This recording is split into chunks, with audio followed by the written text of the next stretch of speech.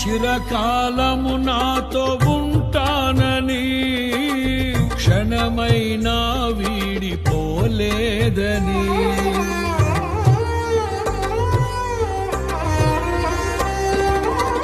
నీలో నన్ను చేర్చుకున్నావని తండ్రితో ఏకమై ఉన్నామని ఆనందగానము